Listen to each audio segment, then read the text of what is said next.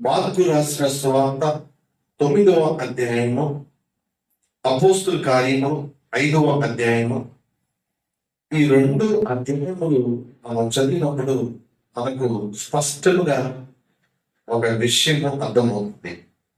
అదేంటంటే, జగత్తుగా గమనించిన ప్రియమిట్లారా, ఒకానొక స్థితిలో దేవుని శిష్యులు మోగ దయ్యము చేత పట్టబడి పీడిపబడుతున్న ఒక వ్యక్తిని స్వస్థపరచలేకపోయారు. అటువంటి స్థితిలో ఉన్న దేవుని శిష్యులు, జగత్తుగా గమనించిన ప్రేమిళ్ళరా, వారు ఏ విధంగా పరిపక్వత చెందారో, ఏ విధంగా ఆత్మలో ఎదిగారో, ఏ విధంగా దేవుని నామాన్ని మహిమపరిచారో అపోస్తుల కార్యము 5వ అధ్యాయంలో, అలాగే మనం అనేక సందర్భాల్లో మనం చూడవచ్చు. ఈరోజు వాక్యం ఇచ్చిన ప్రతి ఒక్కరూ దయచేసి గమనించవలసిన విషయం ఏంటంటే, ఒక వ్యక్తి యొక్క కుమారుడికి మోగు దయ్యం పట్టింది. ఆ దయ్యం పట్టిన వ్యక్తిని దేవుని శిష్యుల ఎదుగు తీసుకొచ్చినప్పుడు, ఆయన దేవుని శిష్యులు ఆ వ్యక్తిని స్వస్థపరచలేక, విడుదల ఇవ్వలేక, జగత్తుగా గమనించిన ప్రియమిట్లారా, వారు ఎట్టి స్థితిలో ఉన్నారు. 9వ అధ్యాయంలో మనము ఇక్కడ చాలా స్పష్టంగా చూడవచ్చు. దానిని వెళ్ళగొట్టుడని నీ శిష్యులను అడిగింది కానీ అది వారి చేత కాలేదని ఆయనతో చెప్పాను అనే మాత్రం మనము చాలా స్పష్టంగా చూడవచ్చు. అటువంటి స్థితిలో ఉన్న వారు ఎంతగా పరిపక్వత చెందారు అంటే, పేతురు నడుచుకుంటూ వెళ్తుంటే పేతురు యొక్క నీడ ఎవరి మీద అయితే పడుతుందో అటు వాళ్ళందరికీ విడుదల వచ్చినట్టుగా, స్వస్థత వచ్చినట్టుగా, అట్టి విధముగా పేతురు వాడబడినట్టుగా మనము చూడవచ్చు. ఈరోజు ఈ వాక్య భాగం నుంచి మనం గమనించవలసిన విషయం ఏంటంటే, దేవుని శిష్యులు ఒక సందర్భంలో కొన్ని కార్యాలు చేయలేకపోయినప్పటికీ, కొన్ని విషయాల్లో పరిపక్వత లేనప్పటికీ, కొన్ని విషయాల్లో బలహీనంగా ఉన్నప్పటికీ, కొన్ని విషయాల్లో లోపాలతో ఉన్నప్పటికీ, కొన్ని విషయాల్లో దైవికమైన శక్తి పరిపూర్ణంగా లేనప్పటికీ, జగత్తుగా గమనించిన ప్రియమిట్లారా, వారు అదే స్థితిలో ఉండకుండా ప్రతి విధమైన ప్రతికూల పరిస్థితుల్లో నుండి కూడా వారు దేవుణ్ణి అనుసరిస్తూ దేవుని యొక్క ఆత్మశక్తిని వారు పొందుకొని దేవుని పేరిట అద్భుతాలు చేసినట్టుగా మనం చూడవచ్చు. హల్లెలూయా. జగత్తుగా గమనించిన ప్రియమిట్లారా, ఈరోజు నా వాక్యం మీకు పూర్తిగా అర్థమవుతుంది అనుకుంటున్నాను. జగత్తుగా గమనించిన ప్రియమిట్లారా, ఎవరైనా ఎదగాలి అంటే ఎక్కడైతే నువ్వు ఉన్నావో అక్కడ ఉన్న ఆ స్థితి నుండి ఉన్నతమైన ఆత్మీయ స్థితిలో నువ్వు ఎదగాలి. జగత్తుగా గమనించిన ప్రియమిట్లారా, ఎదగదు అంటే నువ్వు ఉన్న స్థానము నుండి ఎటు చూసినా సరే ఆత్మీయంగా ఎదగాలి. ముందుగా నువ్వు ఆత్మలో ఎదగాలి, ఆ తర్వాత మిగిలిన విషయాల్లో నువ్వు ఎదగాలి. జగత్తుగా గమనించిన ప్రియమిట్లారా, అంతేగాని నువ్వు ఉన్న స్థితి నుంచి ఇంకా దిగజారిపోయే స్థితిలోకి నువ్వు వెళ్ళిపోగలవు. దేవుని స్తోత్రం. హల్లెలూయా. జగత్తుగా గమనించిన ప్రియమిట్లారా, చూడండి, ఆ శిష్యులు దేవుని ఎదుగు వచ్చి దేవుడితో అడుగుతున్నాడు, ప్రభువా, మేము ఎందుకు ఆ దేవుని వెళ్ళగొట్టలేకపోయామో, మేము ఎందుకు ఆ కార్యం చేయలేకపోయామో అని దేవుణ్ణి అడుగుతున్నప్పుడు దేవుడు వారితో అంటున్న మాట మనము చాలా స్పష్టంగా చూడొచ్చు. జాగ్రత్తగా గమనించి ప్రియమిట్లారా, ప్రార్థన వలనే గాని మరి దేని వలనైనానో ఈ విధమైనది వదిలిపోవట అసాధ్యమని వారితో చెప్పాను అని మాట రాయబడి. చూసారు ప్రియమిట్లారా, దేవుని శిష్యులు వారిని చూసి మనం నేర్చుకోవాల్సింది ఏంటి అంటే, ఈ శిష్యులు ఆ కార్యం చేయలేకపోయినప్పటికీ కనుక గమనించుకుంటారా, ఆ కార్యం ఎందుకు చేయలేకపోయామో, ఆ కార్యం చేయాలంటే ఏమిటి అని అడిగి తెలుసుకున్నట్టుగా మనం స్పష్టంగా చూడవచ్చు. తెలుసుకోవాలి మనలోయ.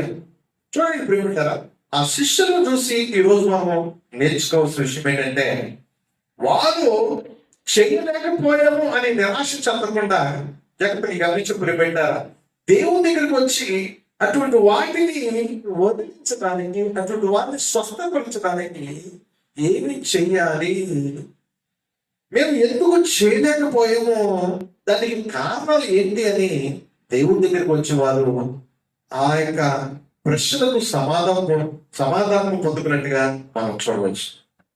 నేను స్తోత్రం హల్లెలూయా.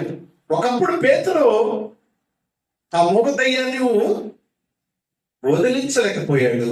కానీ కొంతకాలం అయిన తర్వాత దేవుని యొక్క ఆత్మ పొందుకొని, దేవుని యొక్క శక్తి పొందుకొని, దేవుని యొక్క బలముతో, దేవుని పేరట జగత్తుగా గమనించుకుని వెళ్ళారా, అనేకమైన అద్భుత కార్యాలు, స్వతంత్ర కార్యాలు, విడుదల కార్యాలు ఆయన చేయడం జరిగింది. అపోస్తుల కార్యము 5వ అధ్యాయంలో మనం చూడవచ్చు. ఆ పేతురు అలా నడుచుకుంటూ వెళ్తుంటేనే ఆయన నేను పడుతుందో వారికి విడుదల వచ్చినట్టుగా, స్వస్థత వచ్చినట్టుగా మనం చాలా స్పష్టంగా చూడవచ్చు. హల్లెలూయా. ఎంత గొప్ప మంచి మార్పు, ఎంత గొప్ప మంచి పరిపక్వత జాగ్రత్తగా గమనించుకుని ఈరోజు వాక్యం ఇచ్చిన నీవు గమనించవలసిన విషయం ఏంటంటే, నీ ప్రార్థనకు జవాబు రాలేదని కుంగిపోతున్నావా? నీ విశ్వాసానికి తగిన విధముగా నీకు ఆశీర్వాదం రాలేదని నువ్వు కృంగిపోతున్నావా? ఎన్ని ప్రయత్నాలు చేసినా ఎదుగుదల లేదని కృంగిపోతున్నావా? నువ్వు చేసిన ప్రయత్నాలు వ్యర్థమైపోతున్నాయని కృంగిపోతున్నావా? ఈరోజు వాక్యం ఇచ్చిన ప్రతి ఒక్కరు గమనించవలసిన విషయం ఏంటంటే, ఈ దేవుని యొక్క శిష్యులు జగత్తుకి గమనించినప్పుడు ఏమంటారా, ఒక సందర్భంలో దెయ్యాన్ని వెళ్ళగొట్టలేకపోయారు. జగత్తుకి గమనించినప్పుడు ఏమంటారా, వారు పరిపక్వత చెందారు. వారు పరిపక్వత చెందడానికి కారణం ఏంటంటే, దేవుని యొద్దకు వచ్చి వారి యొక్క లోపాలను తెలుసుకున్నారు. వారు పరిపక్వత చెందడానికి కారణం ఏంటంటే, దేవుని యొద్దకు వచ్చి అటువంటి వాటిని ఏ విధంగా పరిష్కరించాలో తెలుసుకోవడానికి మార్గాన్ని వారు కనుగొన్నారు. ఈరోజు వాక్యం ఇచ్చిన ప్రతి ఒక్కరు గమనించవలసిన విషయం ఏంటంటే, నీవు దేవుని యొద్దకు వచ్చి నీ లోపాలను తెలుసుకున్నావా? నువ్వు దేవుని యొద్దకు వచ్చి ఏ విధంగా ఆశీర్వాదం పొందుకోవాలి, ఏ విధంగా నీ యొక్క పాపములను నువ్వు గ్రహించుకోవాలి, ఏ విధంగా వాటిని విడిచిపెట్టాలి, ఏ విధంగా దేవుడి మార్గంలో కట్టాలని, ఏ విధంగా ఆ మార్గంలో నడవాలి, ఇలా నీ జీవితంలో ఏదైతే ప్రశ్నగా ఉందో ఆ ప్రశ్నలకు సమాధానము దేవుని యొక్క ఉందని గ్రహించుకుని ఆ దేవుని యొద్దకు వచ్చి, ఇదిగో నా యొక్క జీవితంలో తండ్రి ఇది ప్రశ్నగా ఉంది, ఈ ప్రశ్నకు సమాధానం ఏమిటి అని దేవుడి దగ్గరకు వచ్చి మొదలుపెట్టి సమాధానం పొందుకొని నీ ప్రశ్నలో నీవు నీ జీవితంలో ఏదైతే క్వశ్చన్ మార్క్ గా ఉందో, నీ జీవితంలో ఏదైతే అసాధ్యంగా ఉందో దానిని దేవుని జ్ఞానంతో, దైవికమైన శక్తితో జయించటము నువ్వు నేర్చుకున్నావా? అటువంటి ఆత్మీయమైన పరిపక్వత నువ్వు కలిగి ఉన్నావా లేదా అనే విషయాన్ని ఎవరికి వారు ఆత్మ పరిచయం చేసుకోవాల్సిందిగా ప్రభు పేరిట మనం చేస్తున్నాం. నేను స్తోత్రం హల్లెలూయా. గమనించబడ్డారు.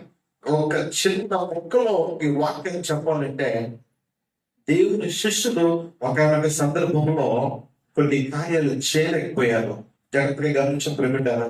కానీ వారు దైవికమైన శక్తిని పొందుకున్న తర్వాత, ఆత్మ శక్తిని, పరిశుద్ధ ఆత్మ శక్తిని బలంలో వారు పొందుకున్న తర్వాత అసాధారణమైన కార్యములు, అద్భుత కార్యములు దేవుని పేరిట వారు చేయడం జరిగింది.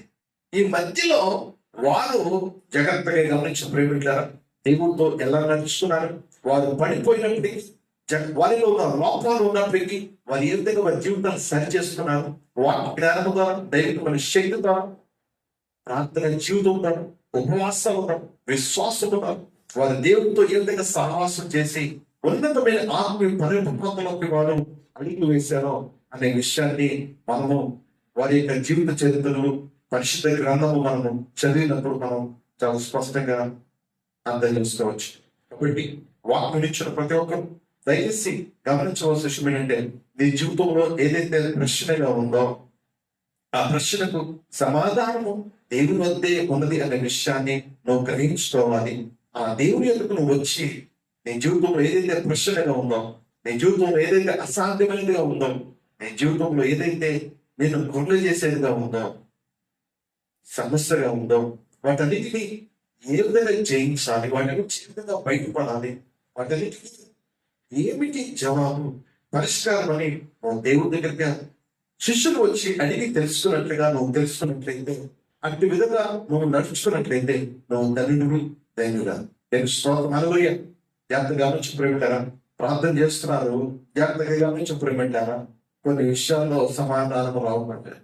జాగ్రత్తగా గమనించి ప్రేమిటారా, ఎందుకు సమాధానం రావట్లేదని దేవుడి యొక్క శిష్యులు దేవుడి ఎందుకు వచ్చి అడిగి సమస్యకు పరిష్కారం కనుగొని ఏ విధంగా తర్వాత వారు పరిపక్వత చెందుకుని అనేకమైన అద్భుత కార్యాలు చేశారో, అట్టి విధంగా నువ్వు ఎందుకు నడుచుకోవు. ఈరోజు ఈ వాక్య భాగంలో ప్రతి ఒక్కరు తెలుసుకోవాల్సిన విషయం ఏంటంటే, నీ సమస్యలన్నిటికీ పరిష్కారం దేవుని వద్ద ఉన్నది. కాబట్టి నువ్వు దేవుని దగ్గర రావడం నేర్చుకోవాలి. దేవుని దగ్గర వచ్చి అడిగి, శిష్యులు అడిగినట్టుగా అడిగి జవాబు పొందుకుని నీ సమస్యలన్నిటిని నువ్వు జయించడం నువ్వు నేర్చుకోవాలి. తెలుసుకోవాలి. హల్లెలూయా.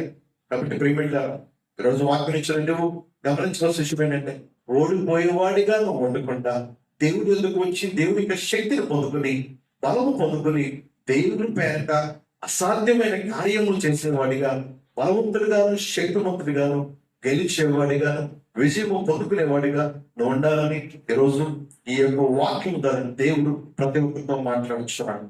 కాబట్టి నువ్వు నిరాశ చెందకుండా, కృంగిపోకుండా, వేదన పడిపోకుండా, నీ పరిస్థితులని ఏ విధంగా ఉన్నప్పటికీ పరిస్థితులన్నింటినీ జయించడానికి ఒక మార్గం ఉందని దేవుడు వాటి విషయంలో నీ కొరకు జాగ్రత్తగా గమనించిన ప్రేమికులారా, ముందుగానే జవాబును సిద్ధపరిచాడని, ప్రణాళిక కలిగి ఉన్నాడని, మార్గము సిద్ధపరిచాడని విషయాన్ని గ్రహింపును కలిగి ఉంటూ దేవుడి దగ్గరకు వచ్చి నీ సమస్యలు పరిష్కారం కనుగొని దేవుడు చూపిన మార్గంలో నువ్వు నడుచుకున్నట్లయితే, ఆత్మలో ముందుగా నువ్వు ఎదిగినట్లయితే సమస్త విషయంలో పరిపక్వత పొందుకుంటావు. నీ సమస్యలన్నింటినీ నువ్వు దేవుడి పేరు జయించుకుని దేవుడి కొరకు నువ్వు నిలబడగలుగుతావు.